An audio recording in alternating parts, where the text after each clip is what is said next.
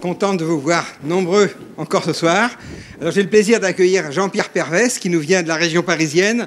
Jean-Pierre est ingénieur des arts et métiers, il a fait aussi le génie atomique, puis il a fait sa carrière au CEA où il était directeur du centre de recherche de Fontenay-aux-Roses puis de Saclay. Ensuite, actuellement, il a une retraite extrêmement dynamique puisqu'il est président du Conseil économique et social de la communauté d'agglomération du plateau de Saclay. C'est qu'il y a une grande réorganisation et que c'est un gros travail. Mais à la SFEN, il est aussi également très actif puisqu'il anime le groupe de réflexion, le GR21, qui réfléchit aux grands problèmes énergétiques.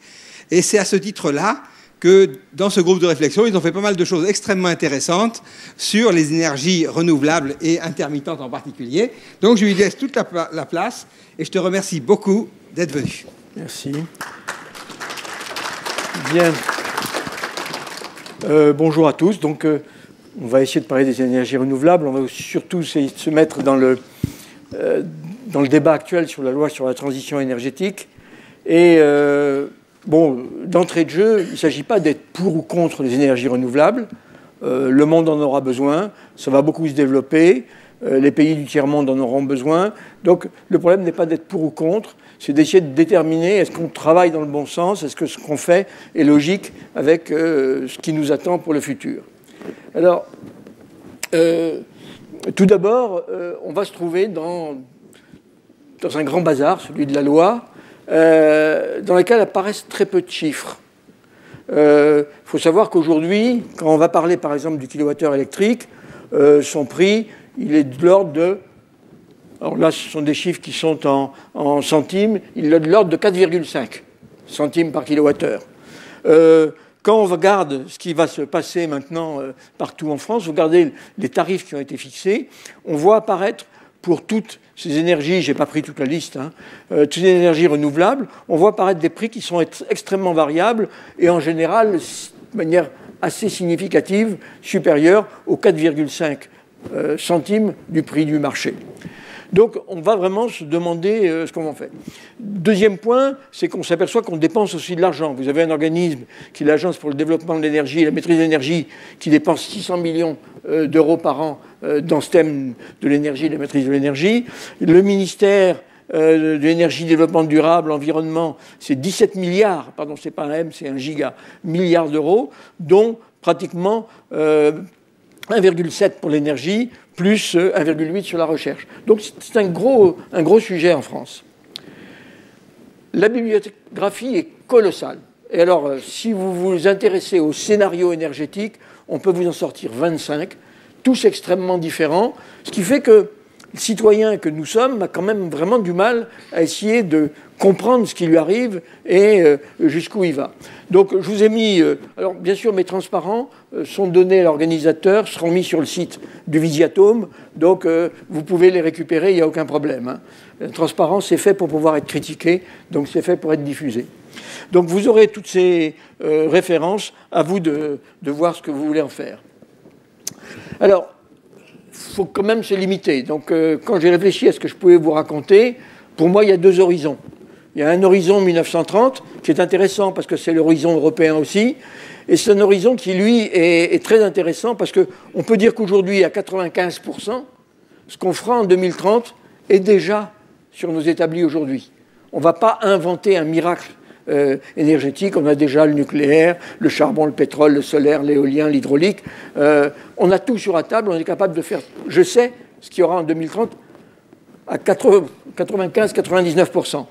2050, j'en parle beaucoup moins parce que là, on peut faire de la prospective. Il peut y avoir de la R&D en cours aujourd'hui, par exemple, sur les biocarburants de deuxième, troisième génération, qui seront probablement très faibles ou pas encore existants en 2030, mais qui pourraient l'être en 2050. Donc, je vais m'arrêter à 2030, puis je vous laisserai rêver pour le futur au-delà de ça. Alors, en face de ça, moi, je suis quand même embêté parce que bon, je circule pas mal dans ce milieu et je rencontre des hommes politiques, en particulier une petite anecdote, il y a 3 ans ou 2 ans et demi, je rencontre M. Brottes, qui est un député de l'Isère, qui a comme caractéristique d'être l'homme de l'énergie du Parti socialiste. C'est lui qui a fait toutes les négociations qui ont conduit aux engagements du président Hollande. Et M. Brottes, je me souviens très bien, je discute avec lui lors d'une conférence organisée par Enerpress, et je lui dis, mais écoutez, vous savez bien que ça ne va pas pouvoir marcher. Et il m'a regardé, il me dit, mais vous n'avez pas compris. Aujourd'hui, le monde a changé. Le politique dit ce que vous devez faire, et c'est à vous de le faire. Bon, j'avoue que ça m'a quand même, pour ceux d'entre vous qui sont scientifiques, c'est quand même assez impressionnant d'entendre un député, en plus haut responsable du sujet, vous dire un truc pareil. C'est quand même assez singulier. Alors, moi, j'ai un avis sur la question, je vous le donne. Hein. C'est que, le rôle de politique, il faut qu'il s'appuie sur l'indiscutable. C'est une grande marge. 2, pas d'ambiguïté sur les objectifs. Il ne faut pas qu'il y ait d'ambiguïté entre le choix entre je ne veux pas de carbone ou je ne veux pas de nucléaire, etc. Il ne faut pas être ambigu. Ensuite, les solutions techniques, moi je persiste à se dire qu'il faut une analyse technique et économique pour choisir des solutions compétitives qui nous amènent du boulot en France si possible. Donc moi j'ai ces 3 priorités, je n'en ai pas d'autres. Et à partir de là, je vais essayer de réfléchir avec vous. Et je vais essayer, on va commencer cette présentation comme ça, je vais essayer avec vous pendant 5 minutes de faire ce que pourrait être la politique de la France. Et vous allez voir que c'est vite fait, que c'est très court. Premier point, je sais qu'aujourd'hui, l'énergie principale sont les combustibles fossiles, et quand on regarde ça, on voit apparaître, pourquoi j'ai seulement un bout, voilà. Quand on voit ça, qu'est-ce qu'on voit? On voit que la consommation d'énergie n'arrête pas d'augmenter. Par exemple, vous voyez que sur 10 ans, ici, l'augmentation sur 10 ans, c'était autant que ce qu'on consommait en 1952. Ça va vite. Qu'est-ce qu'on voit de plus? C'est contrairement à ce qu'on pourrait croire, hein, parce que Dieu sait si on entend parler, c'est formidable, les énergies renouvelables, les énergies, etc. Bon, la réalité, c'est que le pourcentage de charbon, pétrole et gaz, même si ça augmente, le pourcentage est toujours le même. Et il ne diminue pas. Et c'est 85% de notre énergie. Donc, quand on vous dit, il n'y a qu'à, on va faire, vous vous rendez compte que ça ne va pas être extrêmement facile. On voit apparaître le nucléaire, qui n'est pas très gros, il faut le reconnaître. Puis on voit apparaître les renouvelables, qui a l'air gros, mais en sachant que là-dedans, il y a surtout le mammouth hydraulique. Alors, derrière ça, population, elle va être de 8 milliards en 2025. Ça va être encore 1,5 milliard de plus. Il va falloir alimenter. Et puis une bizarrerie, parce que quand on voit ça, c'est clair, on parlera du risque climatique. Si réellement il fallait faire quelque chose d'urgence dans les 30-40 ans à venir, c'est évident qu'on ne pourra pas le faire sans continuer à brûler du charbon et du gaz. Bizarrerie pour moi sur un plan politique, les écologistes sont contre le stockage du gaz carbonique. Bon, moi je pense, je ne dis pas que c'est miraculeux le stockage du gaz carbonique, mais au moins il permet de brûler un peu plus de charbon, de gaz et de pétrole sans, en principe, mettre en risque le climat. Donc, pour moi, il y a cette espèce de bizarrerie, de contradiction. Est-ce qu'on va manquer de pétrole, de gaz et de charbon? Bon, vous savez, ça fait probablement 40 ans que vous entendez dire qu'il y en a pour 40 ans. Hein, c'est le chiffre sacré des énergies fossiles. Bon, la réalité, qu'est-ce qu'elle est? Elle est très bien décrite par Yves Mathieu là-dessus. C'est qu'aujourd'hui, c'est ce qu'on connaît bien, ce qu'on est capable de récupérer en plus, qu'on peut encore découvrir. Puis on voit apparaître des pétroles de schiste, des huiles lourdes, des schistes bitumineux, des gaz de schiste, qui font qu'en fait, il y a encore pas mal de combustibles fossiles. Donc si c'était uniquement un problème de combustibles fossiles, il y a une bonne chance pour qu'on ait à peu près tranquille pour ce siècle, pour être capable de s'alimenter à peu près en étant raisonnable. Donc, c'est important de s'occuper des combustibles fossiles, parce que c'est clairement pas durable. Il y a bien un moment où ça va s'arrêter, il y a bien un moment où ça va être assez cher, mais malgré tout, il y en a encore pas mal. Quand on regarde ce côté des fossiles, on regarde le côté français. Bon, le côté français, c'est très simple. En énergie finale, on consomme 165 milliards de TEP de combustible équivalent, et là-dedans, 92% de fossiles dans les transports, 51% dans le bâtiment, 66% dans l'industrie, 82% dans l'agriculture pour les tracteurs et autres. Donc on voit à quel point, même dans un pays comme le nôtre, où on sait qu'on a du nucléaire, on voit à quel point ces fossiles sont extrêmement importants. Donc en sortir, on va bien voir que ça ne va pas être facile. Et pourtant, je vous ai dit tout à l'heure que ce n'est pas facile d'en sortir, je vous ai dit qu'il y en avait quand même pas mal.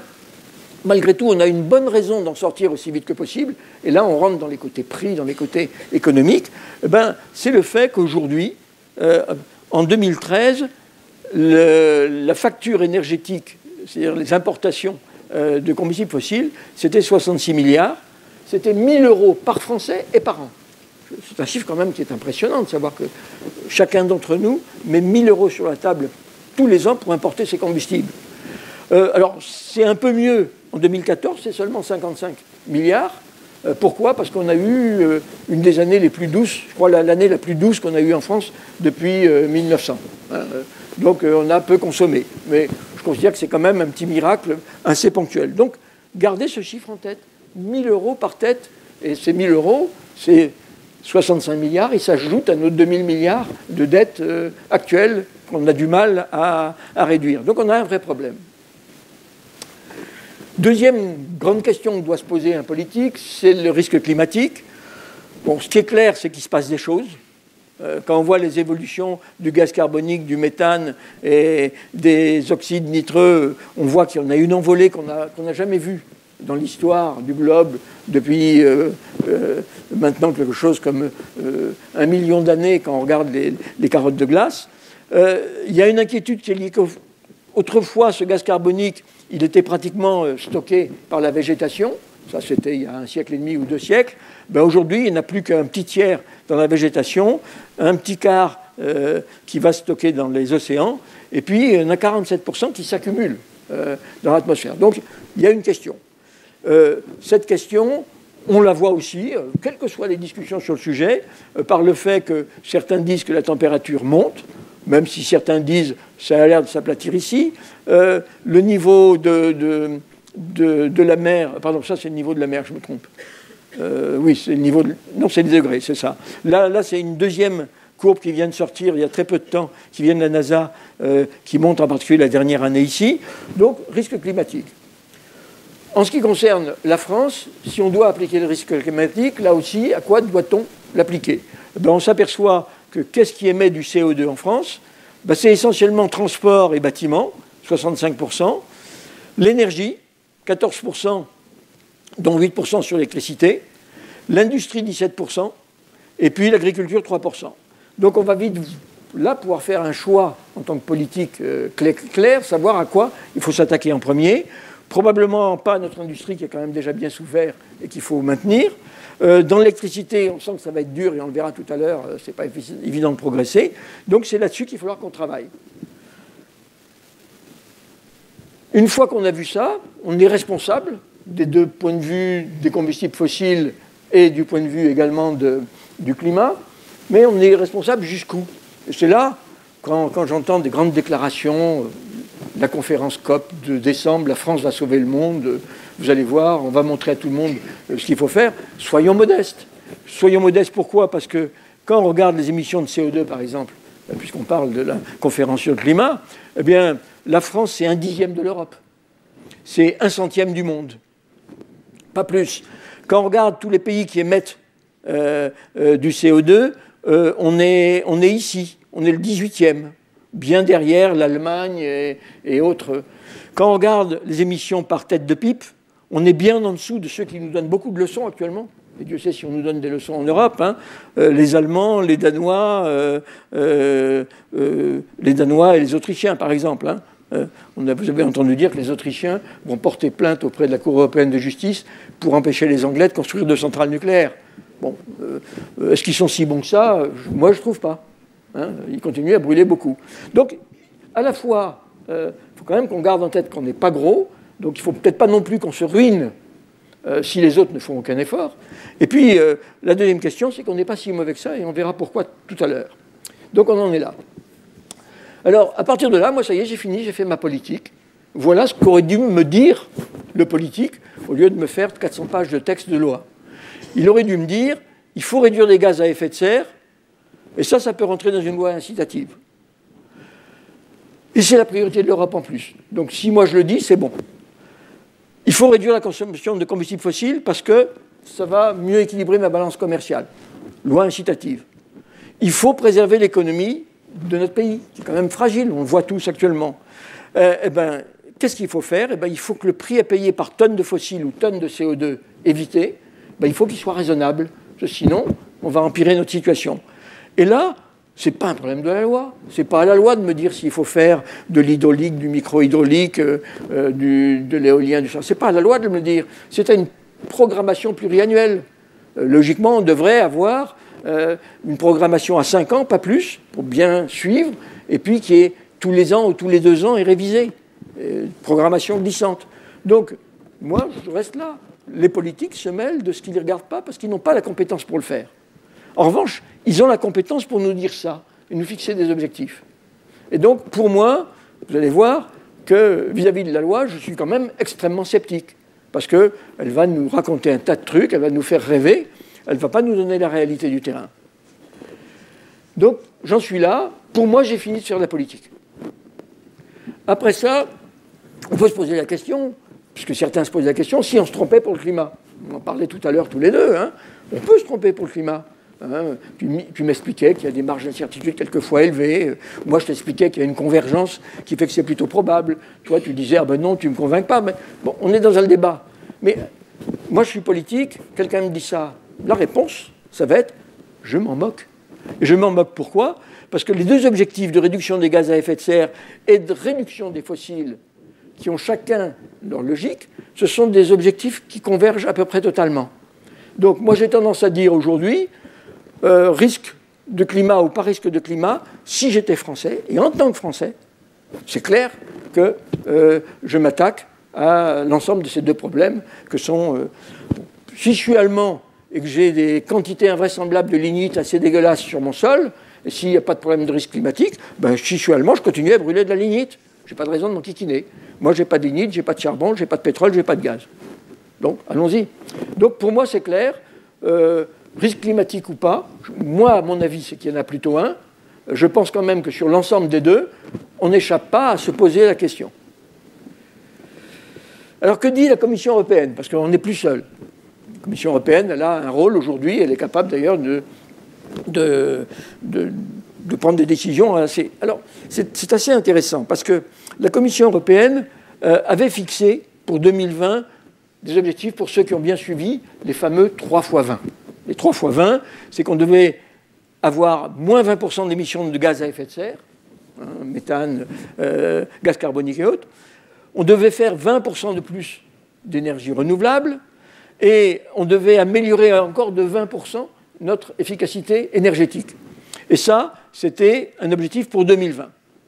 Bon, le constat aujourd'hui, c'est que ça, on va probablement y arriver. Dieu merci, ça a été assez facile. Pourquoi ? Parce que c'était clair que la référence est 1990. En 1990, il y avait déjà tous les pays de l'Est qui brûlaient tout ce qu'on pouvait brûler et pour produire pas grand-chose. Donc ça a été assez facile de gagner de ce point de vue-là. Malgré tout, il est probable que sur l'efficacité énergétique, il va y avoir un échec. On verra que ce n'est pas facile. Résultat aussi de cette poussée sur les énergies renouvelables qui a été accompagnée d'énormément d'avantages qui leur ont été donnés sous forme d'obligations d'achat à des tarifs très incitatifs, ben le résultat, on a mis par terre le marché de l'énergie. C'était prévisible, mais comme les politiques l'avaient mis dans la loi, au lieu de laisser aux techniciens le soin de faire le travail, le résultat, c'est une catastrophe sur le marché de l'électricité, effondrement des prix gros, alors que par ailleurs, on paye très cher les énergies renouvelables. Je vous expliquerai pourquoi. Ça se comprend assez facilement. Donc, l'Europe est en train de s'apercevoir quand même qu'il se passe quelque chose. Il faut voir qu'aujourd'hui, des grandes sociétés électriques comme E.ON et RWE sont en train de couper leur activité en deux, en mettant d'un côté ce qui est rentable, ce qui est soutenu par l'État, et en mettant en actifs pourris le reste, c'est-à-dire tout ce qui nous donnait l'électricité jusqu'à aujourd'hui. Donc, c'est vraiment, on est en train de bousculer le système énergétique et l'industrie énergétique européenne. Conclusion, la Commission s'est mise à réfléchir pour 2030, et il y a un an, elle a dit priorité gaz carbonique. Raison, pas raison, j'en sais rien, mais priorité gaz carbonique. Et ils ont donc fixé un objectif de passer à 40% de réduction, c'est-à-dire faire autant en 15 ans que ce qu'on a fait en 25 ans. On sent que ça va être dur, hein, parce que je vous ai dit d'abord que pour réduire en 25 ans le gaz carbonique comme on l'a fait, ça a été grâce surtout au fait qu'on a arrêté un tas de vieilles centrales à charbon qui dataient des années 40-50. Bon, celles-là, elles sont arrêtées. Maintenant, on n'a plus pratiquement que des machines performantes. Donc vous voyez que l'objectif que s'est fixé la Commission européenne, il est hyper ambitieux. Il va falloir aller pratiquement 2 fois plus vite qu'on l'a fait jusque maintenant. Et puis tout ça est passé au Parlement européen, où là, bon, il y a eu la bataille habituelle entre les verts, les pas verts, les roses, les pas roses. Enfin, il y a eu toute la bataille. Et le Parlement européen a dit « Ah ben oui, mais nous, on veut garder un objectif des énergies renouvelables. » Et par conséquent, ils ont demandé à ce qu'on passe à 20% d'énergie renouvelable en 2030. Mais assez curieusement, c'est un 27% global européen, pas d'objectif par pays. L'Europe pilotera pour faire en sorte qu'on arrive au bon endroit en négociant pays par pays comme ils le pourront. Donc, assez curieux comme système. Bon, on verra. Mais ça va être extrêmement difficile. Alors, comment ça se passe en France ? Puisqu'on parle de ces énergies renouvelables, eh bien, la France avait un certain rythme qui avait été établi.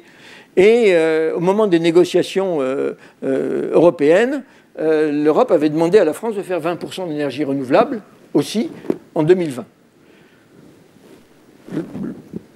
On envoie nos ministres de l'Environnement habituels, et ça a été vrai toujours. Un ministre de l'Environnement, ça aime soigner son image. Donc, ministre, quand son gouvernement dit « je mets 20 », quand il va à Bruxelles, il dit « ah ben non, moi, ce sera 23 ». Donc, on s'est rajouté 3%, et alors que l'Europe, c'est 20%, ben nous, c'est 23%. Alors qu'on émet moins que les autres. C'est un peu curieux. Ça montre que le ministre n'a pas trop pensé à la France, il a beaucoup pensé à sa popularité. Et c'est ni gauche ni droite, ça. Hein. Je peux vous dire, ils ont tous été pareils. D'accord ? Conclusion, on est en train de s'apercevoir sur les dernières années qu'on n'est pas sur la bonne pente, qu'on va peut-être arriver à 20%, mais probablement pas à 23%. C'est un peu dommage qu'on fonctionne comme ça. Alors, derrière ça, pour finir un peu de porter une vision globale de ce qui nous arrive, c'est bon de temps en temps de regarder ce que les autres pensent de nous. Que dit le Forum économique mondial ? Et il a dit en 2012, il a répété en 2014. On a le 3e meilleur système énergétique mondial, derrière la Suisse et la Norvège. Pas mal. Critères de développement durable, la France est 2e derrière la Suède. Pas mal. Que dit l'étude qui a été commanditée par l'Institut Choiseul, qui est un institut de réflexion par KPMG ? On est le numéro 1 mondial pour la qualité de l'électricité. Notre fragilité, c'est le pétrole. Notre intensité gaz carbonique par unité de produit intérieur brut, on est le 2e. Bon, on est plutôt bon. Est-ce qu'il faut qu'on en fasse trop ? Je vous ai dit tout à l'heure, on pèse peu dans tout ce système. Est-ce qu'il faut qu'on en fasse trop, alors qu'on est déjà quand même assez nettement meilleur que beaucoup d'autres ? Alors, quand vous retenez tout ce que je vous ai dit, quand vous retenez les 3 priorités que je vous ai données, alors c'est amusant de voir ce qui a été dit. C'était hier. C'est une information toute neuve, je l'ai sortie hier soir. Ségolène Royal a fait une déclaration. Elle va mettre en place une 20aine d'ateliers sectoriels pour réfléchir à ce qu'on va faire pour accomplir sa loi. Sécurité d'approvisionnement, efficacité énergétique, énergie renouvelable, développement des réseaux, préservation de la compétitivité, et essayer que ça ne coûte pas trop cher. Il y a 2 thèmes qui ne sont pas du tout mis sur la table. On dit peu priorité aux énergies décarbonées, on dit priorité aux ENR. Quel est le coût du retrait du nucléaire ? Ah non, on n'a pas le droit d'en parler. On va demander à EDF de réduire d'1/3 sa consommation d'ici environ 2025.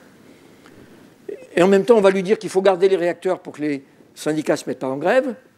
Donc les réacteurs vont produire 1/3 de moins et ils vont faire une électricité 1/3 plus chère. Ce qui permettra de dire que le nucléaire est cher. Bon, on est quand même dans un monde bizarre. Moi, je n'ai jamais vu dans le monde un pays qui dit à un industriel « je vais vous donner l'ordre de produire mien en gardant votre outil de production ». Moi, je n'ai jamais entendu dire ça. C'est extraordinaire comme notion. Moi, je ne sais pas comment on fait. Donc, on va essayer de regarder maintenant comment on va essayer de s'en tirer. Alors, cette loi sur la transition énergétique, il y a à peu près 300 pages, il y a 62 articles dans la loi, il y a je ne sais plus combien, 7 ou 8 chapitres. Enfin bon, vous savez, c'est ces papiers qu'on sait faire en France, hein, très très long. Un seul tableau chiffré, Alors il n'est même pas dans la loi, il est dans l'étude d'impact. Le tableau, vous l'avez ici. Alors c'est un tableau qui est assez fabuleux parce qu'on est en train de parler de centaines de milliards d'euros, je vous donnerai quelques chiffres tout à l'heure, et sous forme de ce tableau, où on s'aperçoit que le PIB il va augmenter. Chic. La croissance redémarre. On va s'apercevoir qu'on va créer 220 000 emplois. On va voir apparaître des consommations qui diminuent. On va voir que tout ce qui est le pétrole, c'est une seule ligne. Tout ce qui est le charbon, c'est une seule ligne. Tout ce qui est le gaz, c'est une seule ligne. Alors l'électricité, en revanche, là, elle est bien décrite, enfin, relativement. Je vous montrerai tout à l'heure. Donc c'est curieux, les députés qui votent la loi, c'est ce qu'ils ont. Ils n'ont rien de plus. C'est quand même assez remarquable. C'est pour ça que je disais tout à l'heure, il y a un loupé dans la réflexion. Il vaut mieux avoir 2 ou 3 objectifs bien fixés et après ça laisser travailler les autres que vouloir tout définir comme ça de manière extrêmement grossière et très grosse mal. Donc là, vous voyez alors c'est comme ça qu'on arrive à des chiffres où on vous annonce que les émissions de CO2 vont descendre de 417 à 283. Ça va faire moins 40% en quelque chose comme 18 ans. On voit apparaître le taux de chômage qui va baisser grâce à tout ça. Bon, tout ça sont des espèces de chiffres macroscopiques assez extraordinaires. Et puis, on voit apparaître sur l'électricité, alors là, il y a le credo, l'électricité va passer de 29 à 20. Alors 29 à 20, ce sont des millions de tonnes d'équivalent pétrole. On n'est pas habitué à ça. Pour ceux qui sont habitués à l'électricité, c'est de l'ordre de 540 térawattheures. Là, c'est traduit en équivalent de tonnes de pétrole. Donc là, c'est le diktat. Puis après ça, on essaye de remplir toutes les lignes par des augmentations. Vous voyez par exemple l'éolien, l'hydrolien, ça va passer de 1 à 8 en 18 ans. On voit apparaître que le solaire va être multiplié par 3. On nous dit qu'on va faire de l'hydraulique pratiquement 50% de plus, alors qu'il n'y a pas un seul projet qui a démarré aujourd'hui, et qu'il faut 12 ans ou 14 ans pour faire un projet, donc ça risque de ne pas être simple. Donc on a un tableau comme ça, puis on arrive à des chiffres merveilleux. Là, ça va être plus 650, plus 992%, plus 346%, plus 190%, tout ça en 18 ans. Bon, est-ce raisonnable ? On va essayer d'examiner tout ça. Alors, on va commencer par l'électricité, parce que c'est quand même un sujet qui est important. Si l'on décrit aussi longuement dans la loi, c'est bien parce que leur passage de début de sortie du nucléaire est un peu compliqué. Alors, globalement, il y a très peu de chiffres dans la loi là-dessus, puisque le nucléaire va effectivement descendre à 50%, et puis 40% d'énergie renouvelable au lieu de 17%. Alors, avec ça, on ne peut pas travailler. Même moi qui connais bien le milieu, on est à poil, parce que dans l'augmentation des ENR, qu'est-ce que c'est ? C'est de l'hydraulique, c'est du solaire. Et coup de chance, vous avez le réseau de transport d'électricité de France, qui sont les gens qui nous alimentent en réseau de tension. Eux ont fait 4 scénarios, et ils en ont sorti un dans leur schéma de développement du réseau, qui est le mix, le scénario numéro 4, nouveau mix, qui colle exactement à 1% près avec ces chiffres. Ce qui fait que j'ai pu travailler sur un scénario où j'ai un détail. Et un détail qui est fait par des pros, qui est fait par des professionnels du secteur. Et le détail, il est là, et il est très intéressant parce que là, maintenant, je peux vous mettre ce qui se passait en 2013. Bon, c'est des tableaux que vous pouvez regarder à tête reposée si vous voulez. Mais il est intéressant parce que d'abord, on voit apparaître ce qui va se développer. L'éolien terrestre va passer de 7,8 à 27 gigawatts, puissance qui va être multiplié par pratiquement 3, 3,5. Vous voyez que l'éolien offshore, on va faire 9 gigawatts. Aujourd'hui, il y en a 2 de commandés. On voit apparaître le solaire qui va pousser de 4 à 24, facteur 6. On voit apparaître, alors là c'est curieux, l'hydraulique là, ils sont plus logiques. Ils disent, ce sera bien si on monte de 25 à 27. On est très loin de l'augmentation de 50% qu'a affiché le gouvernement, sur la base de je ne sais pas quelle donnée. Donc, on arrive à constituer un ensemble où on voit bien que le nucléaire, je l'ai forcé à 50%. On voit apparaître une évolution de la consommation qui est en baisse d'une dizaine de pourcents. Et on voit apparaître un renouvelable qui est à 40% à peu près.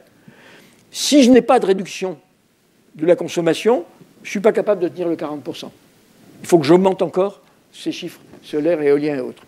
Donc, là, on a un scénario qui vous montre à quel point c'est un projet de loi hyper ambitieux.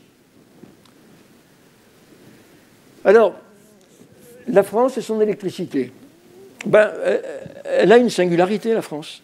C'est qu'on est un des pays qui a l'électricité qui émet le moins de gaz carbonique et qui donc consomme le moins de combustibles fossiles. 61 grammes par kilowattheure. Les Allemands qui nous donnent la leçon et qui pilotent pratiquement la politique européenne en matière d'énergie, ils sont à 477. C'est quand même un sacré écart. Hein. On parle très souvent de... Non, je ne l'ai pas ici, c'est pas grave. Le Danemark, c'est pareil. Le Danemark, qui est le modèle qui nous est présenté par les Verts parce qu'ils ont plein d'éoliennes. Le Danemark, il est à 77 ou 80% d'énergie fossile, dans la réalité. Et puis, qu'est-ce qu'on voit? C'est qu'en fait, il y a à peu près 40 ans, on était à 500. Et on a fait ça. Et ça, c'est le nucléaire. Et en gros, moi je traduis, on a déjà fait la moitié de la transition énergétique par rapport aux autres pays. Personne ne vous le dit. Aucun journaliste ne vous le dira. Et pourtant, c'est vrai. Quand on regarde la loi, donc, on nous dit, on va augmenter l'éolien et le solaire. Et là, moi, je pose la question, pourquoi? Alors, je reviens à mes deux objectifs initiaux, gaz carbonique, combustible fossile. Pourquoi est-ce qu'on fait des renouvelables dans l'électricité? Est-ce que c'est parce qu'on réduit ça de 50%, mais on n'a rien gagné en gaz carbonique? Ou est-ce que c'est pour réduire ça, qui est très petit? Et on voit bien, la tendance, elle est de dire, la logique voudrait qu'on s'attaque d'abord à remplacer le gaz et le charbon, qui sont pour à peu près 10% dans notre production d'électricité. Ce qu'on est en train de faire, c'est le contraire. On est en train d'essayer de remplacer ça. Donc de ne rien gagner sur le plan CO2 et pratiquement rien gagner sur le plan des combustibles fossiles. Est-ce notre logique? Alors, quand on va raisonner, savoir si tout ça est possible, si tout ça tient la route sur un plan technologique, il faut d'abord regarder comment on consomme l'électricité en France. C'est une courbe que vous connaissez probablement déjà, qui a déjà été présentée souvent. C'est l'évolution de notre consommation. On voit chaque semaine ici, et on voit ici le creux du 15 août, on voit Noël, Nouvel An. Et puis, on voit apparaître le nucléaire, on voit apparaître l'hydraulique, puis ensuite, on va voir apparaître du photovoltaïque, de l'éolien, et puis, etc. Bon, on s'aperçoit de quelque chose qui est important sur ce schéma, c'est que, comme il faut qu'à chaque moment, production égale consommation, ça c'est au pourcent près, sinon c'est le réseau qui s'effondre, moi je dis, il y a un travail remarquable du nucléaire et de l'hydraulique, parce que ce sont eux qui nous permettent de faire l'adaptation et le suivi. Alors, pas seulement eux, il y a aussi le charbon, il y a aussi le pétrole. Mais je dis, les non carbonés qui font ce suivi, c'est le nucléaire et c'est l'hydraulique. Donc ce sont deux énergies qu'on devrait maintenir parce que c'est l'équilibre et c'est la santé de notre réseau. Si vous regardez dans le détail, là sur une semaine, vous voyez que ce suivi est extrêmement fin. Il y a un dispatching national et un dispatching européen qui font qu'on est sans arrêt en adéquation.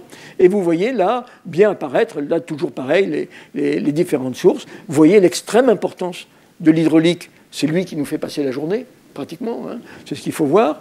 Vous voyez apparaître qu'il y a des périodes où l'éolien peut être relativement important. Mais il y a des moments où il est presque absent, on verra par exemple ici.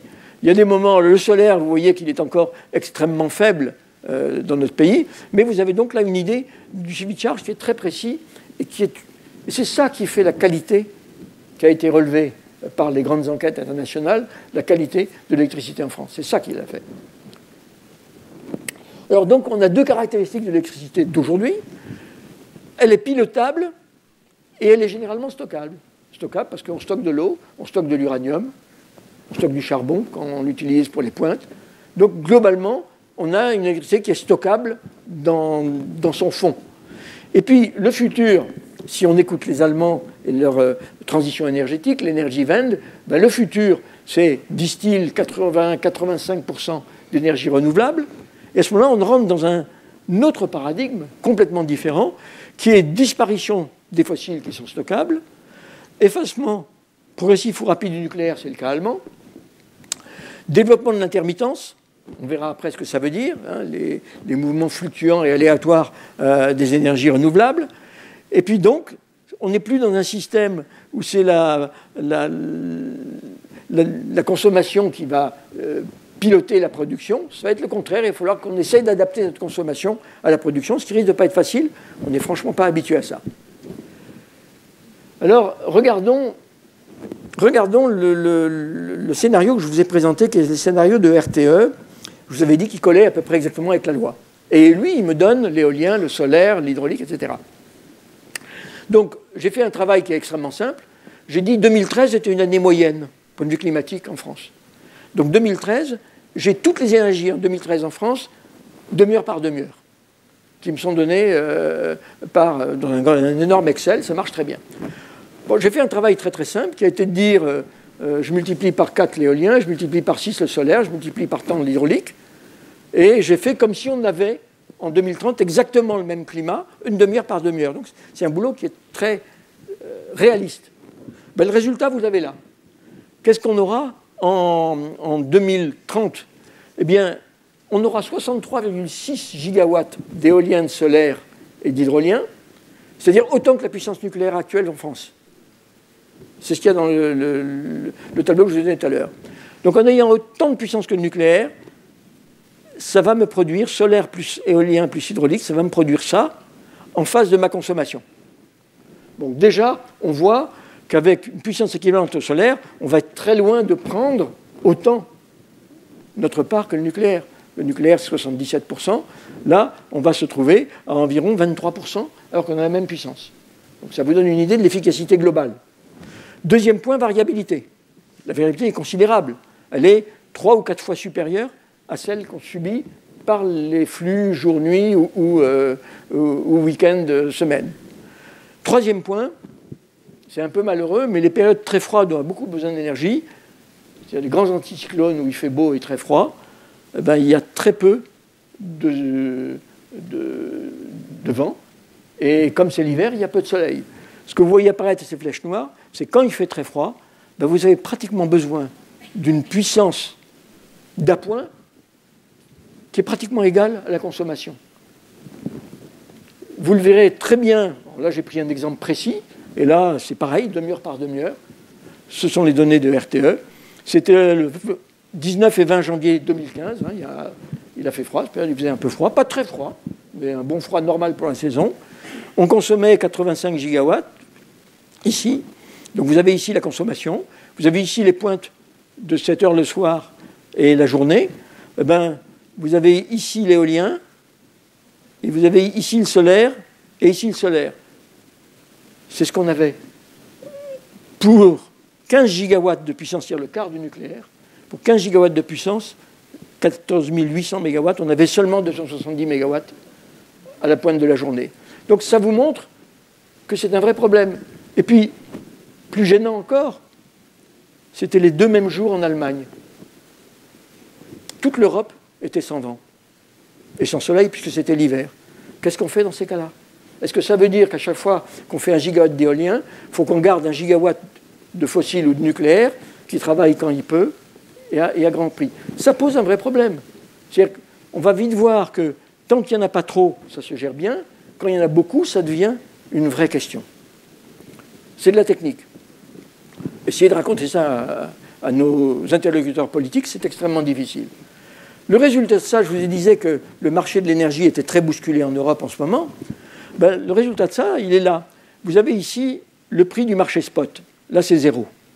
Normalement, le prix du marché spot, il se situe à peu près à ce niveau-là, qui est 60 € du mégawattheure. C'est le petit trait pointillé, c'est à peu près par là. Et vous voyez que le marché spot, il évolue. Puis là, vous avez un jour où il y a eu beaucoup de vent en Allemagne. Regardez ce qu'il a fait, le marché spot. Il y avait tellement d'électricité sur le réseau que pour qu'il ne s'écroule pas, il a fallu arrêter en urgence les centrales fossiles. Et pour obliger les centrales fossiles à s'arrêter en urgence, il a fallu que les producteurs d'électricité vendent leur électricité à prix négatif. C'est descendu jusqu'à moins 500 € le mégawattheure. Pas pendant longtemps, hein, pendant 1 heure. Donc, on est dans un système où on a mis un marché par terre, parce que d'un côté, vous avez une production éolienne, photovoltaïque, que vous êtes obligé de prendre et de payer cher, et puis de l'autre côté, vous avez le reste qui doit se débrouiller. C'est pas évident. Résultat, on l'a là, vous avez la rentabilité des compagnies et leur endettement qui est en train d'arriver, ce qui conduit, comme je vous le disais tout à l'heure, à l'éclatement en deux de grandes compagnies.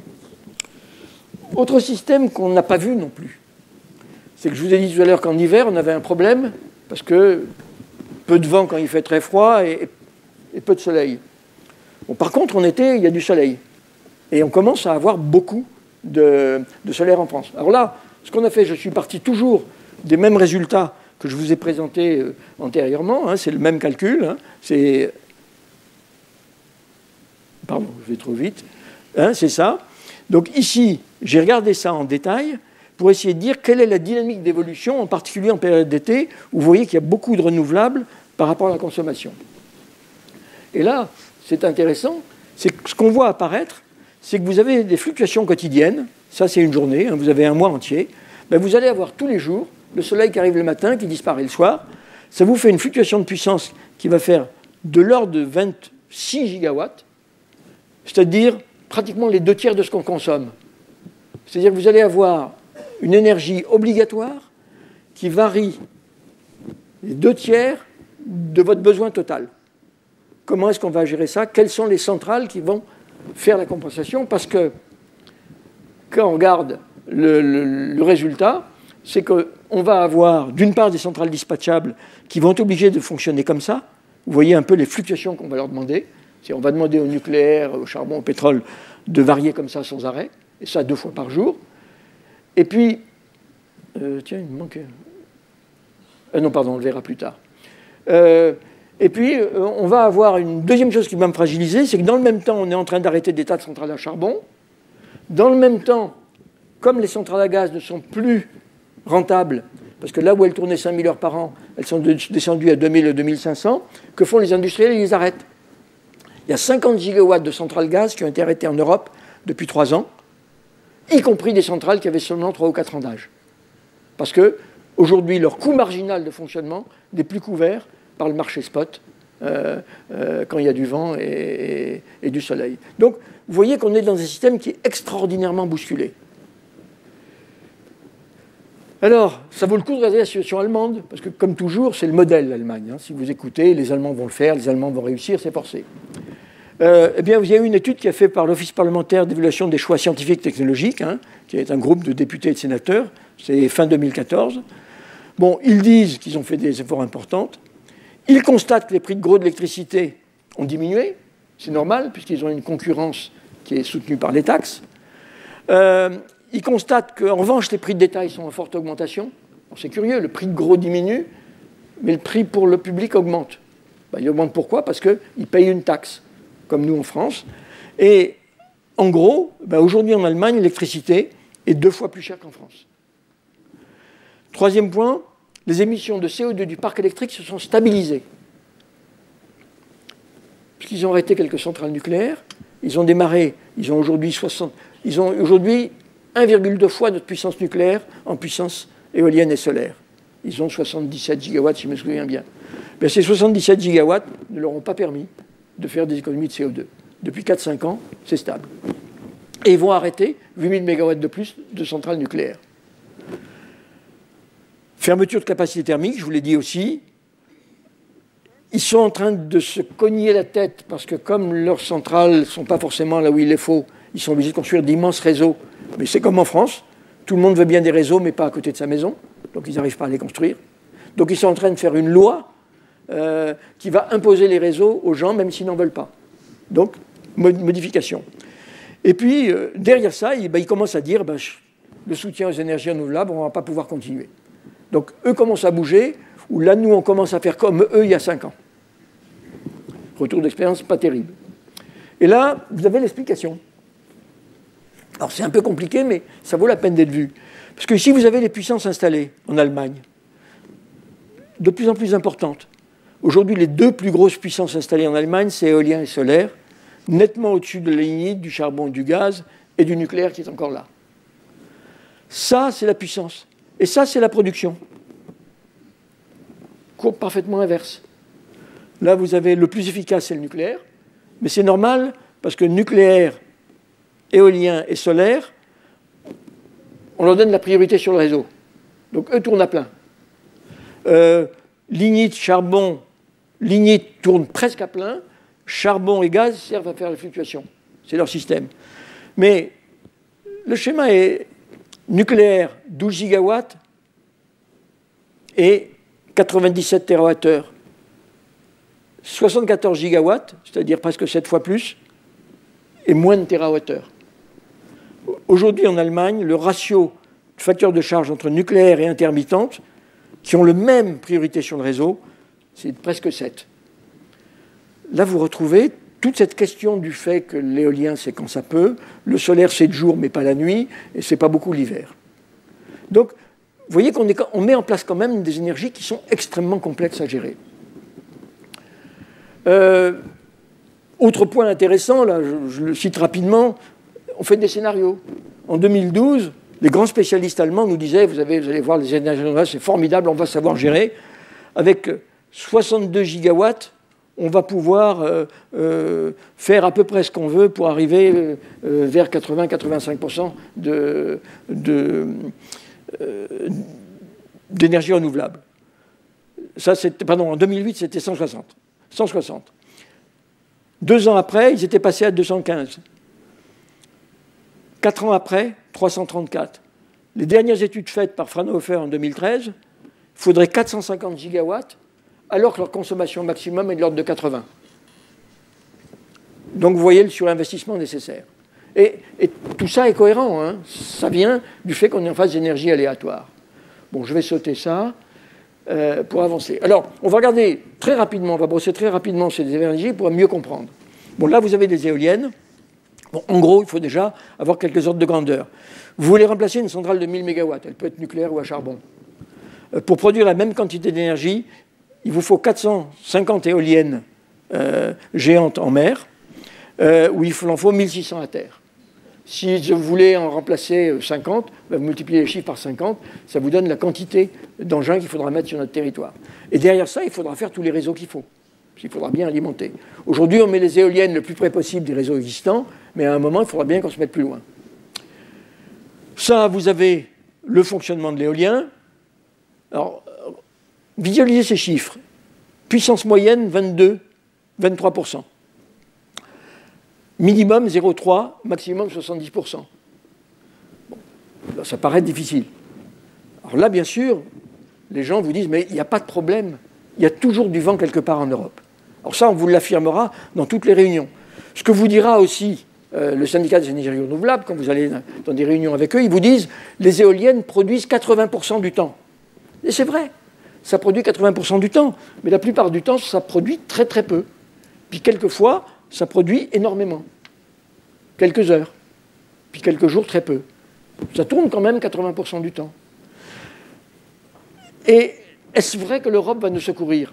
Alors là, je vous montre, je prends la même Europe, 8 pays européens. Vous les avez ici, Belgique, Allemagne, Danemark, Irlande, France, Angleterre, Espagne. Donc toute la côte ouest. 8 pays. Voilà comment fluctue leur puissance éolienne. Regardez les chiffres. Au lieu de 23%, c'est 21%. Le max, au lieu de 70%, c'est 63%. C'est pratiquement la même chose. Ce qui veut dire que cette idée qu'il y a toujours du vent quelque part en Europe, elle est fausse.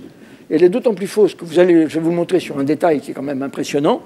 C'est que vous avez ici un mois de février, un hiver, vous avez ici un mois de juin, un été. En jaune, et là c'est demi-heure par demi-heure la production européenne, en bleu la production française. Regardez la similarité. On s'aperçoit que l'Europe de l'Ouest, c'est un climat atlantique. Quand il est atlantique, il y a du vent partout. Quand il y a un grand anticyclone qui nous vient de Sibérie, il y a du vent nulle part. Sauf peut-être un peu en Espagne. Mais la conclusion, c'est que derrière ça, vous avez les Allemands qui sont en train de convaincre l'Europe de construire des réseaux gigantesques à travers l'Europe pour transporter leur puissance éolienne. Eh bien, on va faire des réseaux gigantesques qui vont travailler beaucoup, très très peu de temps et qui, la plupart du temps, ne serviront à rien. C'est un truc que les politiques ne comprennent pas. Et derrière ça, il y a un lobby des énergies renouvelables qui est extrêmement puissant, qui est très soutenu politiquement, et qui aujourd'hui, je suis obligé de le dire, ment de manière absolument considérable. Ça, moi, je suis prêt à prendre toutes les contestations sur ces chiffres. Ils sortent tous des tableaux demi-heure par demi-heure qui sont donnés par les différents pays européens, et vous pouvez le confirmer auprès des réseaux français. Ben, malgré tout ça, on fait ça. On est en train de faire croître très rapidement notre puissance éolienne. On en est à une dizaine de gigawatts. Ça produit à peu près 7% de notre électricité. Et on a investi à peu près 13 milliards d'euros pour faire ça aujourd'hui. Bon, chiffre à avoir après. Derrière ça, pareil, le Sénat a proposé que la distance minimum entre une éolienne et des habitations soit d'1 kilomètre au lieu de 500 mètres. Il faut se rappeler que ces éoliennes de 2,5 à 3 gigawatts, elles montent à 150 mètres de haut, 140 mètres de haut. Hein, c'est pas petit. Donc quand vous l'avez à 500 mètres de chez vous, c'est visible et ça s'entend un peu. Donc, il ne faut pas exagérer le chiffre. Hein. Ce n'est pas une catastrophe écologique. Mais ce n'est pas agréable pour celui qui a une maison. Et sa maison, elle perd 20% de sa valeur immédiatement. Bon, le syndicat des énergies renouvelables a tout de suite dit que c'était un scandale, qu'il fallait absolument obliger les gens à accepter à 500 mètres. Ce n'est pas leur problème. Donc, on a ça. D'où viennent nos éoliennes? Est-ce que ça fait fonctionner la France? Est-ce que ça nous donne du boulot? 99% des éoliennes sont importées. Alors, le chiffre est exagéré, parce qu'on a des sous-traitants qui travaillent un peu pour les Allemands, les Danois ou les Espagnols. Mais globalement, 99% de nos éoliennes sont importées aujourd'hui. Alors, il paraît que ce sera mieux pour les éoliennes marines, puisque Areva et Alstom s'étaient engagés à les faire en France. Ben, le problème, c'est qu'Areva est en train de se demander s'il ne va pas se débarrasser de ces éoliennes, et que Alstom est en train de chercher à dire à Gamesa, reprenez mes parts. D'accord? Donc ça ne va pas être simple. Donc aujourd'hui, l'emploi en France, pas beaucoup. On fait quand même des mâts, on fait des ailes, je suis sûr qu'on fait des choses. Mais pour le moment, moins de 15 ou 20%. Quand on regarde le solaire, baillons rapidement le solaire. Alors là, les prix, vous vous rappelez, le prix de marché actuellement en Europe, de l'ordre de 45 par mégawattheure. Là, vous voyez les prix auxquels on achète le courant solaire. Beaucoup plus. C'est un courant cher. Comment ça marche? Ça, c'est l'hiver, l'été, l'hiver. Pratiquement 5 fois moins l'été que l'hiver. Et quand vous regardez le point le plus bas et le point le plus haut, il y a un facteur 20. Et ça, c'est aléatoire. Alors, ce n'est pas totalement aléatoire parce que c'est toujours dans la journée, mais d'une journée à l'autre, c'est parfaitement aléatoire. Donc ça, c'est le fonctionnement de l'éolien. Alors, bien sûr, la remarque qu'on fait là-dessus, c'est que l'éolien a quand même une vraie qualité, c'est que c'est le jour, c'est le moment où on consomme le plus. Et c'est vrai. Mais ce n'est vrai qu'en partie. Ce n'est vrai qu'en partie, pourquoi? Parce que quand vous regardez le début du travail le matin, quand la puissance augmente, le soleil, il n'est pas là, même en été. Quand vous regardez le soir à 7 heures, le pic de consommation, le solaire n'est plus là. Vous regardez que l'hiver, il est très peu là et juste au milieu de la journée. Ce qui veut dire que de la même manière, quand vous allez avoir cette croissance ici, qui est très forte, il faudra en même temps que vous ayez une décroissance des énergies qu'on peut piloter, et là, il en faudra une croissance. Ou alors, il faut changer complètement notre mode de consommation. Je ne suis pas sûr qu'on soit prêt à le faire. L'emballement, pourquoi? Vous vous rendez compte qu'entre 2010 et 2011, on a multiplié par 3, par 2,5 la puissance. Pourquoi? Parce qu'on avait fait des prix extrêmement élevés. Et là, vous allez voir que gauche-droite, c'est pareil. Les prix qui ont donné lieu à ça, c'était ceux qui avaient été faits par la droite, par M. Borloo. Donc, vous voyez, ce n'est pas uniquement les socialistes qui font ça, c'est des deux côtés. Ça fait partie des moyens de se faire une réputation. Donc, ça a beaucoup grimpé. Il y a eu un petit ralentissement quand on a baissé les prix, parce qu'ils sont passés, quand on regarde le tableau, il faut voir que... Pardon. Bon, je vais trop vite, c'est pas grave.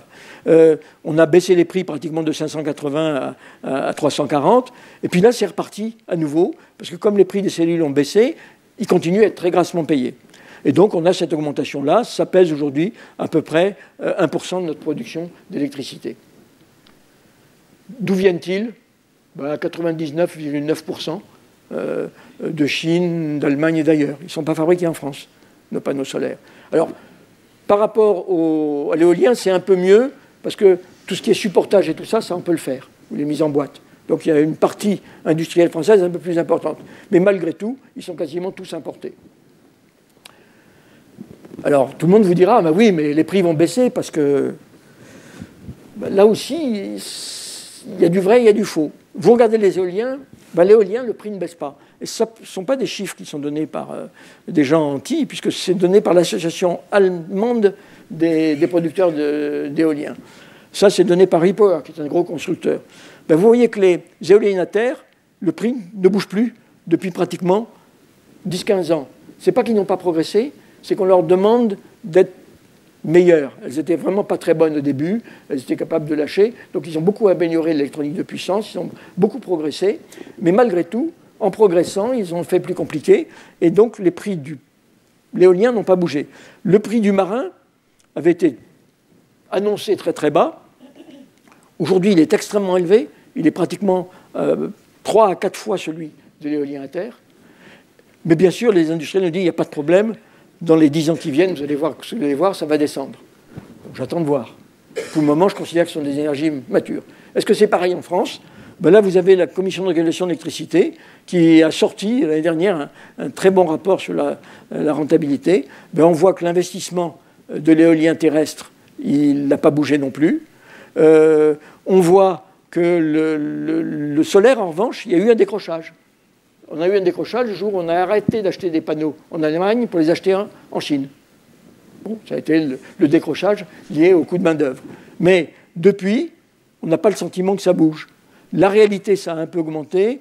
Dans ce qui est annoncé en projet, on dit que ça diminue encore un peu. Mais ça reste encore élevé. Mais si vous lisez les journaux, ils vous disent qu'on est à 0,5. Ce n'est pas ce qu'a constaté la CRE. Je ne vois pas comment ça peut descendre autant. Derrière ça, il va falloir voir aussi qu'il va y avoir de gros problèmes de coûts d'exploitation sur l'éolien marin. Là, vous avez les chiffres pour ceux que ça intéresse. Alors, derrière ça, on va faire un peu d'économie, puisque j'étais quand même censé vous parler d'économie, mais l'économie ne s'appuie bien que quand on fait un peu de technique. Alors, dans l'économie, voilà. Là, je suis allé chercher, à la fois à la Cour des comptes, à la Commission de régulation de l'électricité, qui sont les tutelles, je suis allé chercher les prix. Et j'ai regardé les investissements éoliens terrestres, 39 milliards pour arriver à toujours ce scénario 2030, 36 pour le photovoltaïque, 27 pour l'éolien marin. Et puis il y a les extensions de réseau. Parce que vous avez d'une part le réseau haute tension, qui est un réseau maillé, qui lui s'en tire pas trop mal, parce que c'est un réseau intelligent. Et le réseau RTE, lui, pratiquement à peu près la moitié du 1,5 milliard par an qu'ils doivent investir, ce sera pour les renouvelables, et l'autre moitié, c'est pour la jouvence du réseau. En revanche, au RDF, qui est le réseau moyenne et basse tension, lui, il n'est pas maillé, il est étoilé. C'est-à-dire que ce n'est pas un réseau intelligent. C'est un problème, parce que en France, il y a 350 000 installations solaires, en Allemagne, il y en a 3 millions. C'est ce réseau non intelligent qui les gère. Donc, le jour où il y en aura beaucoup, je ne sais pas ce qu'on va faire. Donc, ERDF, là, eux, il va falloir qu'ils investissent de l'ordre de 1,5 milliard à 2 milliards par an pour avaler toute cette puissance qui vient. Et puis, il faut des turbines à gaz. Vous faites le coût total, il y a 155 milliards à mettre en 15 ans, rien que pour l'électricité, pour l'objectif d'énergie renouvelable. C'est considérable. Derrière ça, qui va payer? Qui va payer, c'est nous. Parce qu'il n'y a pas d'aide d'État là-dessus.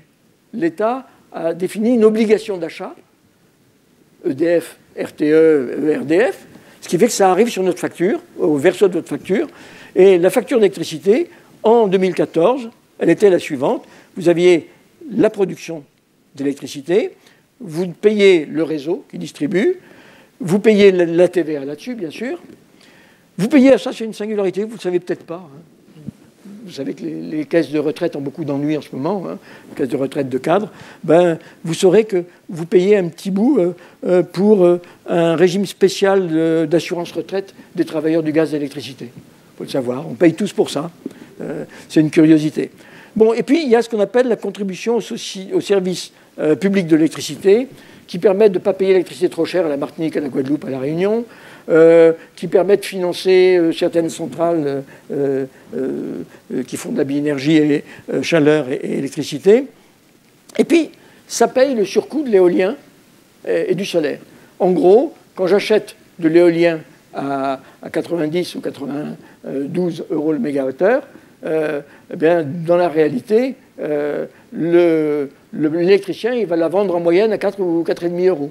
Donc l'écart, il va bien falloir que quelqu'un le paye, ben c'est nous.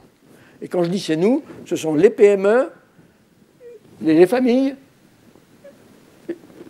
en enlevant aux familles un bon quart de la population qui est considérée comme trop pauvre pour avoir à le payer. Donc il y a en gros les 3/4 des familles qui payent cette taxe. Bon, donc c'est nous qui le payons. Comment elle évolue cette CSPE?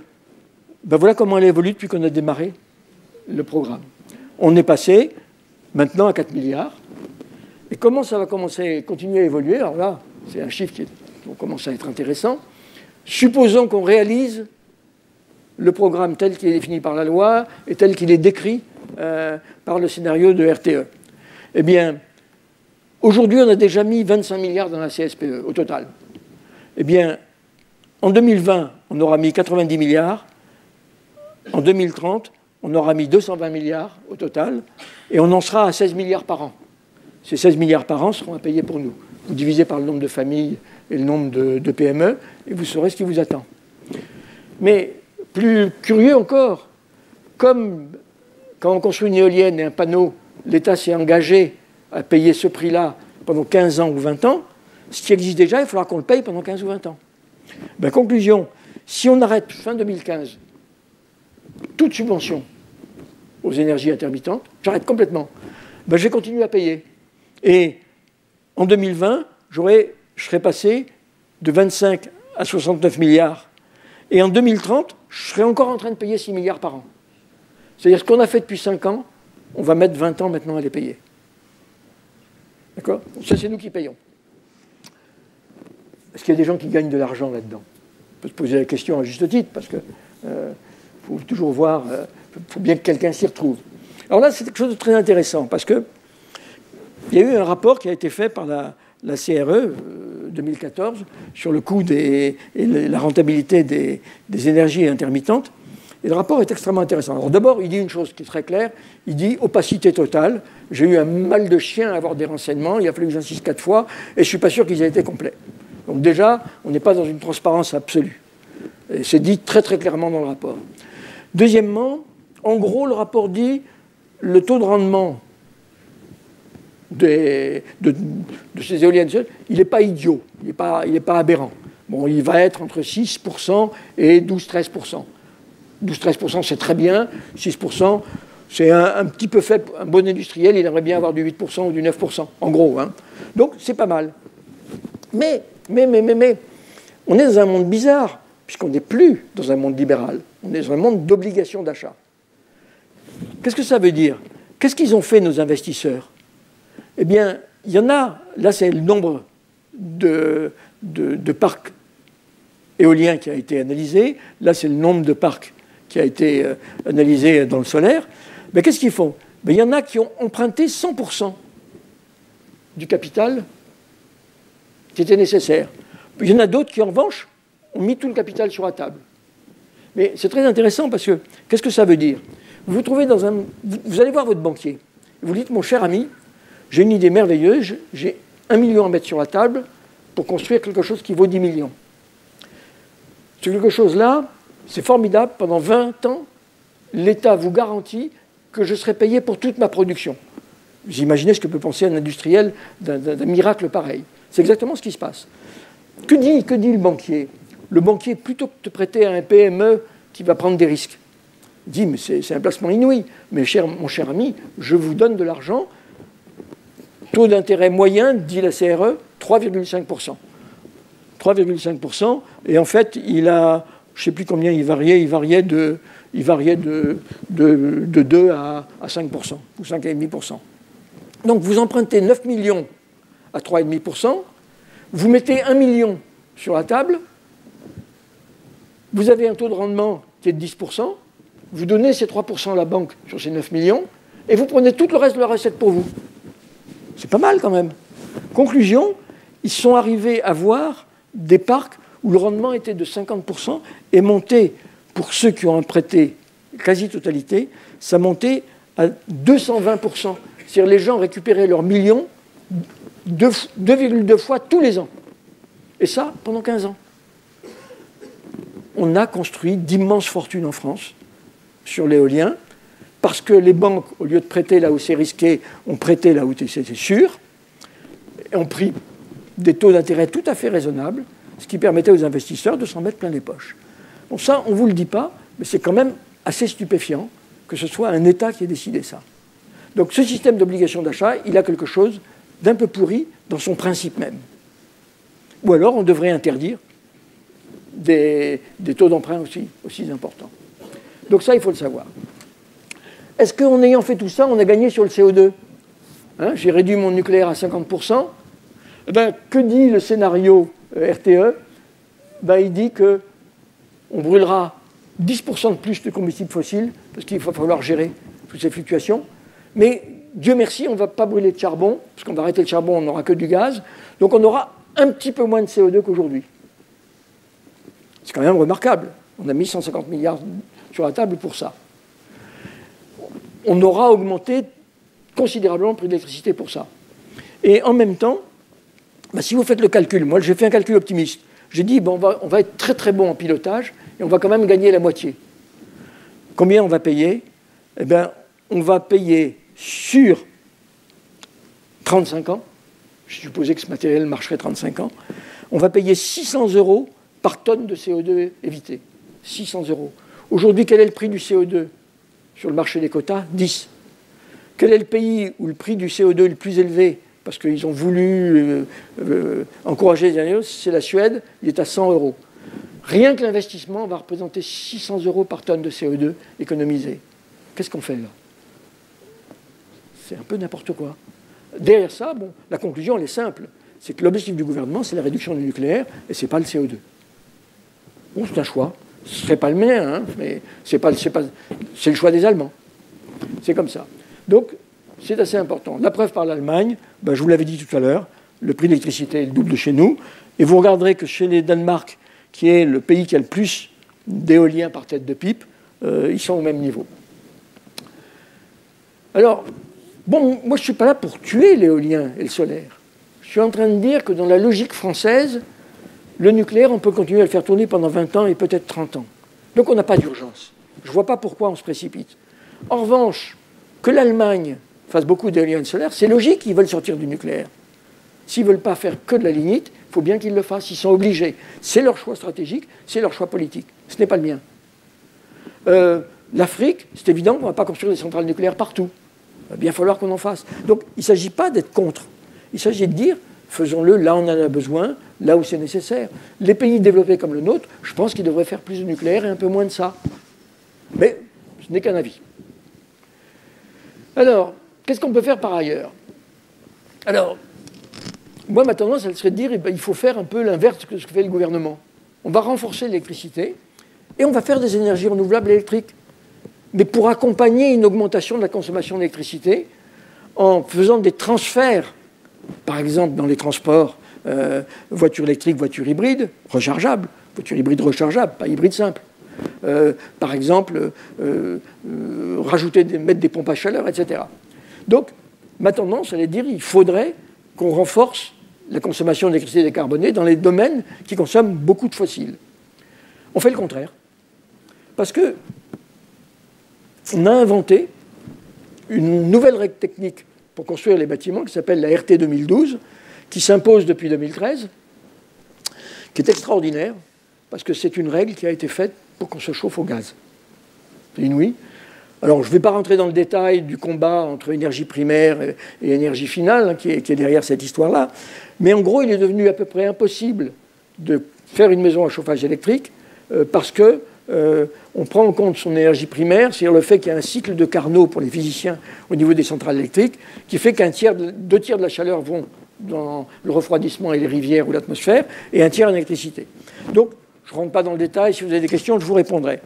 Alors le constat, il est marrant, parce que le chauffage électrique, qui était 70% en France dans les logements dans les années 2008, en 2013, il était à 30, 2014, je n'ai pas encore le chiffre, mais il sera probablement autour de 20, et il va probablement diminuer encore. Les pompes à chaleur, qui sont pourtant très intelligentes, parce que les pompes à chaleur, elles c'est un tiers d'électricité ou un tiers de gaz et 2 tiers que vous piquez dans l'atmosphère ou dans la géothermie ou autre. C'est intelligent. Écroulement des ventes de pompes à chaleur. Chauffe-eau solaire. Intelligent le chauffe-eau solaire. C'est directement de l'énergie, ça marche bien. Écroulement. Et qu'est-ce qui s'est passé dans le même temps? Eh bien, en 2012, je n'ai pas les chiffres 2013 et 2014, mais en 2012, le gaz était déjà à 72% dans le collectif et à 55% dans l'individuel. Là où on devrait virer le gaz et le pétrole du chauffage des bâtiments, on est en train de mettre le gaz. Moi, je ne comprends pas. C'est contradictoire avec les objectifs majeurs qu'on devrait avoir. Alors, si je comprends très bien, tout ça, c'est parce que c'est une politique qui est ciblée pour être antinucléaire, c'est clou. Hein, il n'y a rien d'autre derrière ça. Alors, qu'est-ce qu'on peut faire là-dedans? Et là, on va voir, là où on va avoir un problème sérieux, c'est que vous avez vu que l'Europe va nous demander de gagner en efficacité énergétique et en réduction des combustibles, des émissions de gaz à effet de serre, donc du pétrole, gaz et charbon. Et là, ce qu'on constate, c'est que dans l'habitat et le tertiaire, gaz et pétrole, ça représente quand même 57%. Et puis, dans les transports, aujourd'hui, c'est 92% de fossiles. Qu'est-ce qu'on fait là-dedans? Alors, quand vous allez sur les sites des ministères, la vie est belle. Ils vous présentent une maison qui est certainement celle d'une caissière de supermarché, dans laquelle vous avez un beau parc, dans lequel vous avez de la géothermie, dans lequel vous avez du solaire, des pompes à chaleur, plein de solutions, la gestion automatique, tout ça. Bon, ça, c'est la RT 2012, hein, en gros. La réalité, c'est qu'on est en face d'un challenge énorme. Il y a 32 millions de logements en France, 34 millions de logements en France, dont 28 de résidences principales. On a presque 1 milliard de mètres carrés de surface de tertiaire. C'est là-dessus qu'il faut qu'on joue. Volume considérable. Consommation moyenne, 240 kWh par mètre carré par an. L'objectif de la RT 2012, c'est 50. La RT 2012 nous dit qu'il va falloir progresser d'un facteur 5 dans vos maisons. Mais 20% du parc est au-dessus de 300-330. Donc 20% du parc est une passoire énergétique. Qu'est-ce qu'on va faire de tout ça? Est-ce qu'on progresse? Vous avez la consommation du résidentiel et du tertiaire ces dernières années jusqu'en 2012.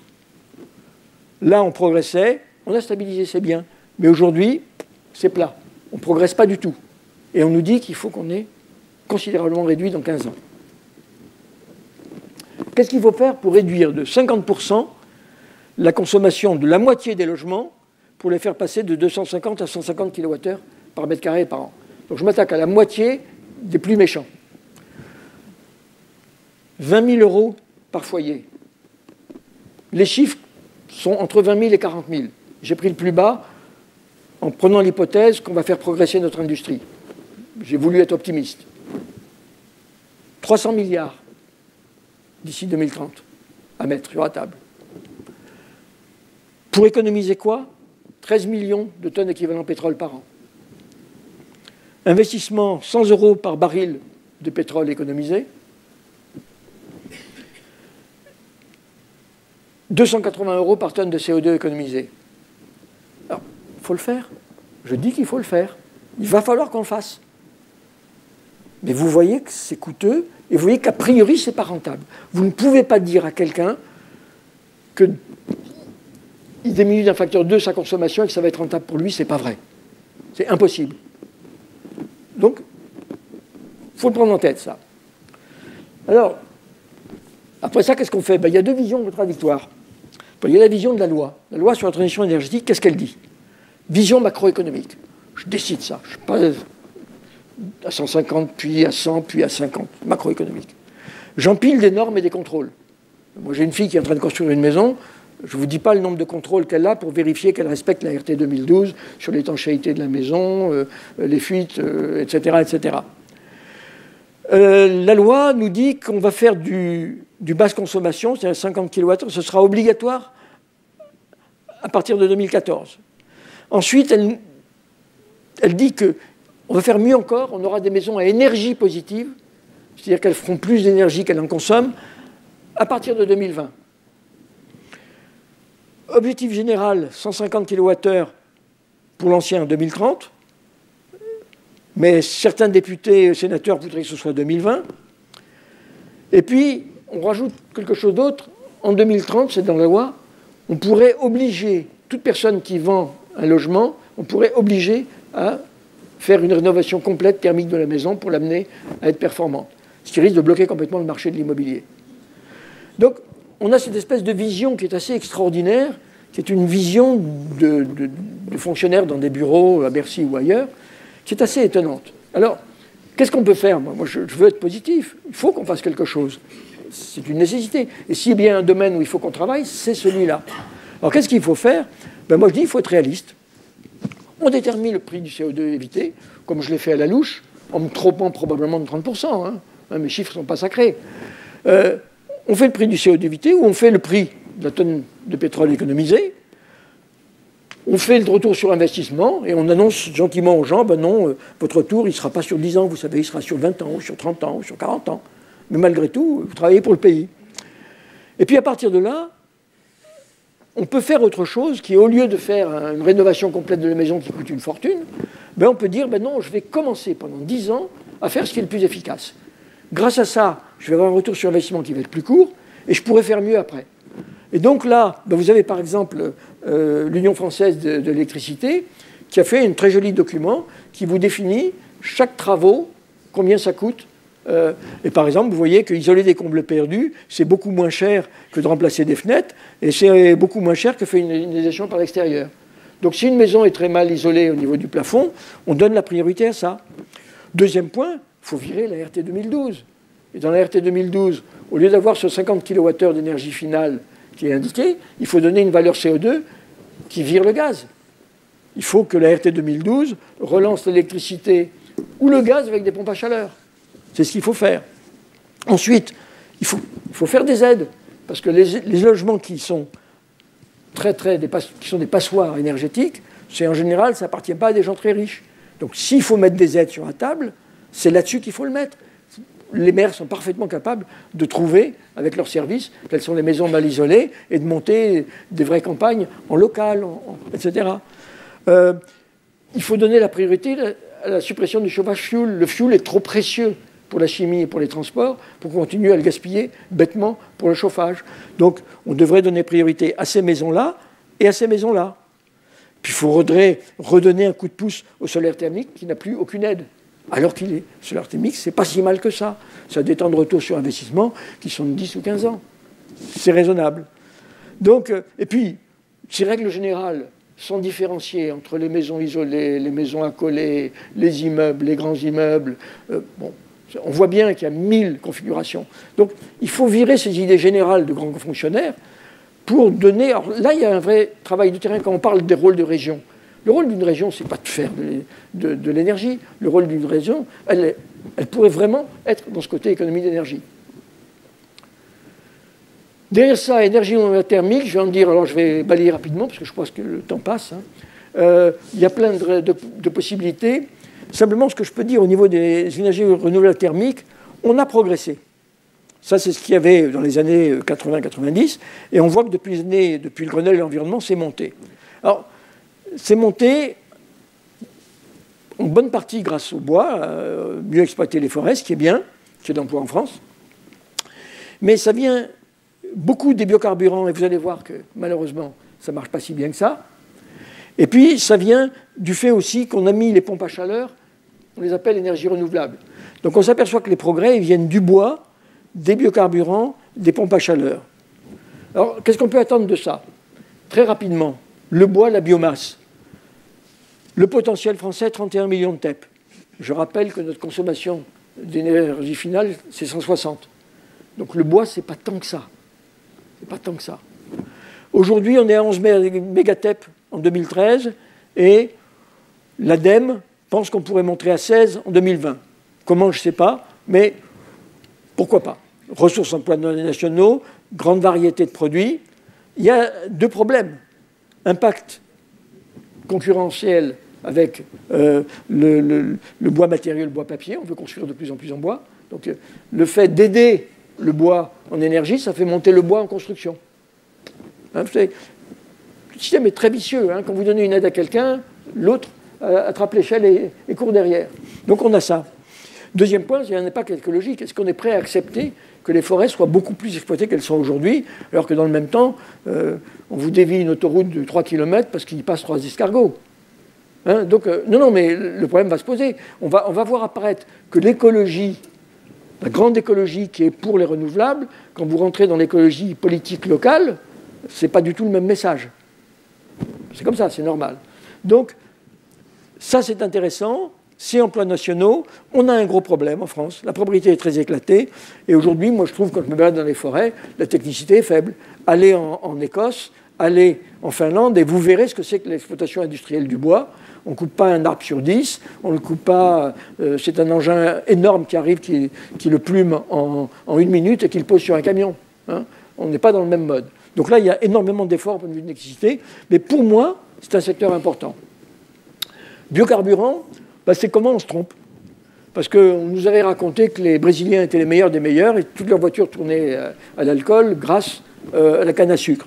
Et donc on a lancé un programme et aujourd'hui on en est à 2,9 millions de TEP avec à peu près 6 ou 7% dans notre essence et dans notre diesel.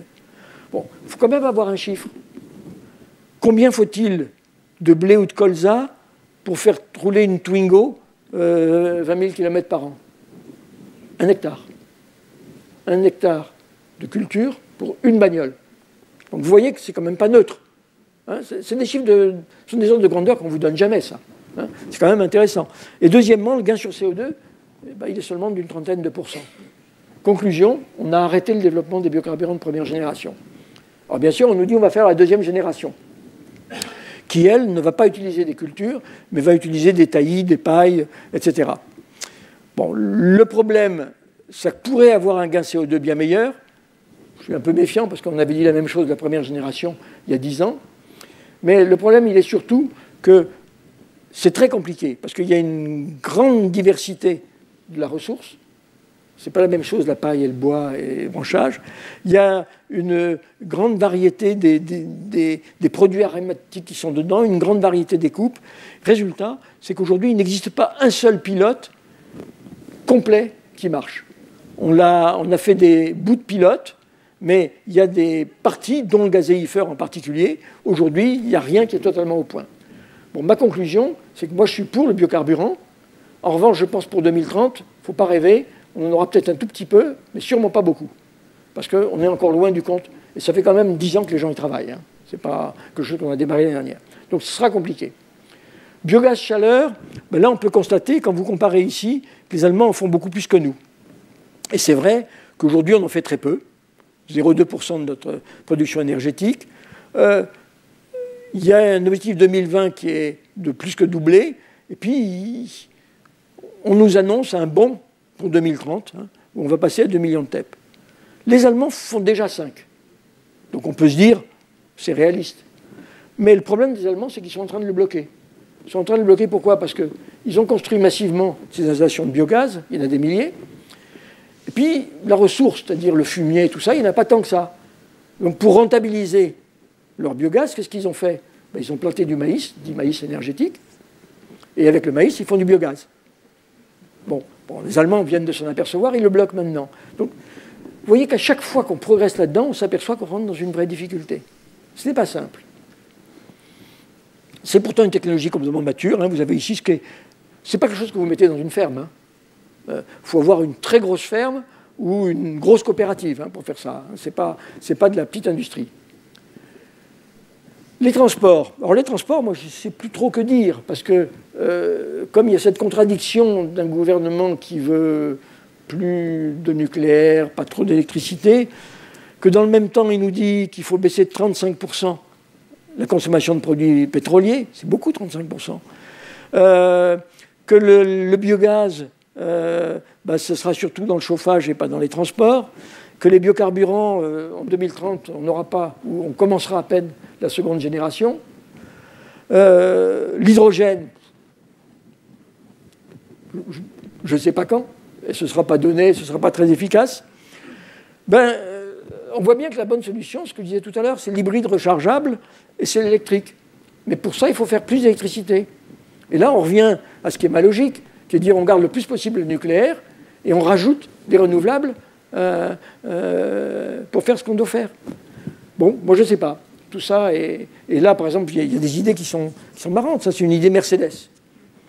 Au lieu d'avoir tous ces camions qui viennent d'Espagne et qui montent en Hollande en traversant la France, vous mettez sur une voie d'autoroute, et ça a été fait sur une vraie autoroute, l'électricité, vous faites un camion bi-énergie, il a un moteur électrique et un moteur thermique, et il a un stop and start. Dès qu'il veut doubler, il descend ça, et son moteur thermique démarre automatiquement, il double, il revient, il conduit. On pourrait avoir des camions qui traversent la France avec de l'électricité. Ce ne serait pas hors de prix. Ce ne serait pas hors de prix, et ça marche. Non, parce que le camion va, après ça, une fois qu'il est au bout, lui, il sait sortir du rail, alors que le train ne sait pas le faire. Non, mais il ne faut pas oublier que le camion, il fait de la livraison locale. Donc c'est comme ça. Mais c'est une idée intelligente. Donc, ce que je veux noter, c'est que comme potentiel, quand vous avez vu ce que je vous ai montré, ben, ce n'est pas énorme. Parce que, globalement, on pourrait passer en énergie finale de 16%, en étant très optimiste à 33%, en ayant réussi tout ça. Et on sera presque au bout. Parce qu'après ça, on va demander de faire encore plus pour 2050. Mais on sera au bout du bois, on sera au bout des pailles, on sera au bout du biocarburant. Donc derrière ça, je reviens toujours, il va bien falloir qu'on fasse un peu plus d'électricité. Voilà un peu ce qui se passe aujourd'hui. On a au mieux trouvé 15% de plus. On nous oblige à faire un peu tout ça. On nous annonce que le charbon, c'est presque plus rien. On a un prix d'électricité qui va probablement doubler si on fait ce qui est dit. Probablement doubler. On va importer massivement. Est-ce que c'est ce qu'il faut qu'on fasse? Alors là, quelques bonnes phrases pour terminer. Sigmar Gabriel, vice-chancelier et ministre de l'économie du SPD, février 2014. Mon souci est de préserver le fondement de notre prospérité.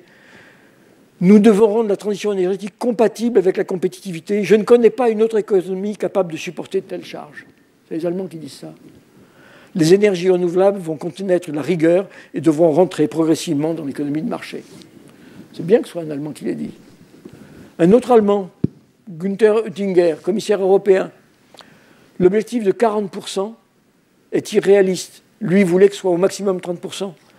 Il soulève bien que la réduction de 20% qu'on a eu depuis 90, c'est grâce aux pays de l'Est.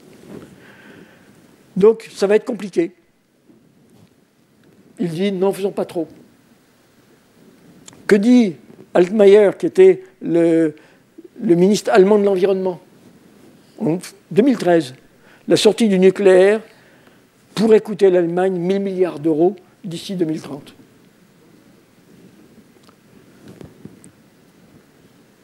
Les investissements nécessaires, document européen, pour l'Europe entière, d'ici 2050, 14 500 milliards d'euros à inventer pour passer aux énergies renouvelables.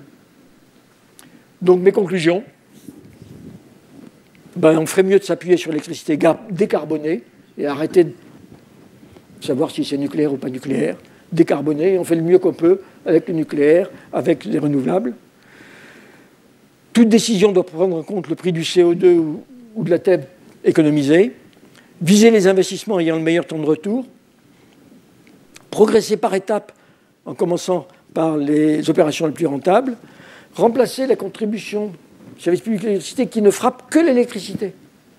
Moi, je prends la même somme et je la mets sous forme d'une taxe sur toutes les consommations de produits pétroliers et je me sers de ça pour financer l'isolation des maisons. Ce serait beaucoup plus intelligent que de taxer l'électricité, qui est décarbonée. Faire un énorme effort de formation dans le bâtiment. Aujourd'hui, moi, j'ai eu l'occasion de faire des conférences à des gens du MEDEF. Je crois que le MEDEF Seine-et-Marne, je leur avais demandé il y a combien d'entreprises du bâtiment, ils m'avaient répondu 2200. L'effectif moyen d'une entreprise de construction en France, c'est quelques personnes. Bon, on a quelques très gros, mais c'est quelques personnes. Ce n'est pas avec des entreprises comme ça qu'on va faire de l'habitat performant. Ça ne marche pas comme ça. Donc, énorme forme de formation. Et puis, la R&D pour les années 2030-2050, oui, mais ne pas rêver que la R&D qu'on fait aujourd'hui va régler le problème 2030. Ce sont un peu mes conclusions. Et c'est le dernier transparent. Ben là, je reprends une phrase qu'a dit l'Office parlementaire d'évaluation des choix scientifiques et technologiques.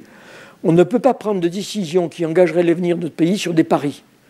Avant d'avancer dans le démantèlement de nos forces de production d'aujourd'hui, il faut vérifier si les promesses en matière d'économie d'énergie se réalisent, si les ressources en ENR opèrent la jonction attendue, à qualité de service équivalent et sans aucune subvention. C'était une belle démonstration.